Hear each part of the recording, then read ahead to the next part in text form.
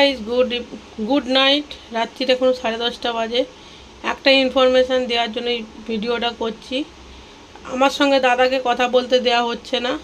দাদা, তুমি যদি আমার ভিডিওটা দেখে থাকো, আমি বলবো তুমি প্লিজ আমাকে একটা কল করো।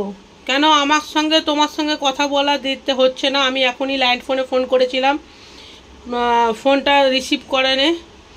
আমি চাই তুমি আমার সঙ্গে কথা বলো।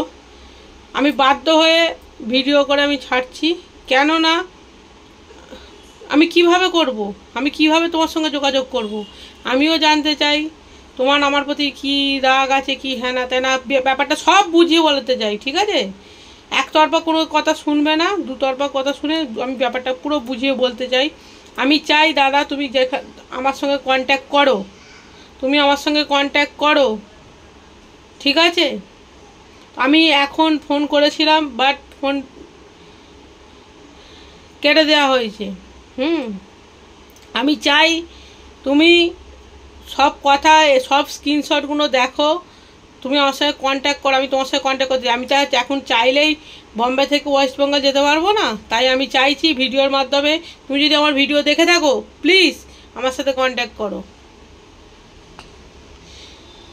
যদি এই ভিডিও এই প্রত্যেকটা কথা যদি ভুল হয়ে থাকে, আমি এই 38,000 আমার যে বন্ধু আছে সবার সামনে আমি কান ধরবো, ভুল স্বীকার করব যদি প্রত্যেকটা কথা যদি ভুল হয়ে থাকে।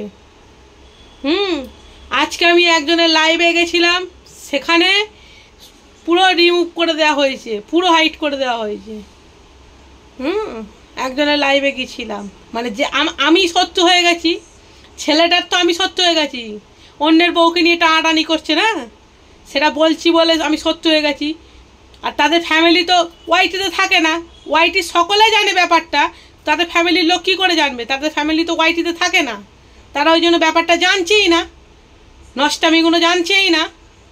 আমি চাইবো যার সম্পর্ক থাকুক নাই থাকুক, কোনোদিন সম্পর্ক আশা করি ঠিক হবে না, আমার দরকারও নেই ওরকম সম্পর্কে, যে সম্পর্কে কোনো দাম নেই, আমার দরকার নেই। আমি চাই দাদা সব কথাগুলো শুনবে, সব এসএসগুলো তুলে রেখেছি স্ক্রিনশট, সব স্ক্রিনশটগুলো তোমার দেখা উচিত। আমি এটাই বলবো, আমার সঙ্গে তুমি যোগাযোগ করো। আমাকে তোমার সঙ্গে যোগাযোগ করাতে দেয়া হচ্ছে না, আমার সঙ্গে যোগাযোগ করো। এই ইনফরমেশনটা তোমার জন্য, আমার সঙ্গে যোগাযোগ করো।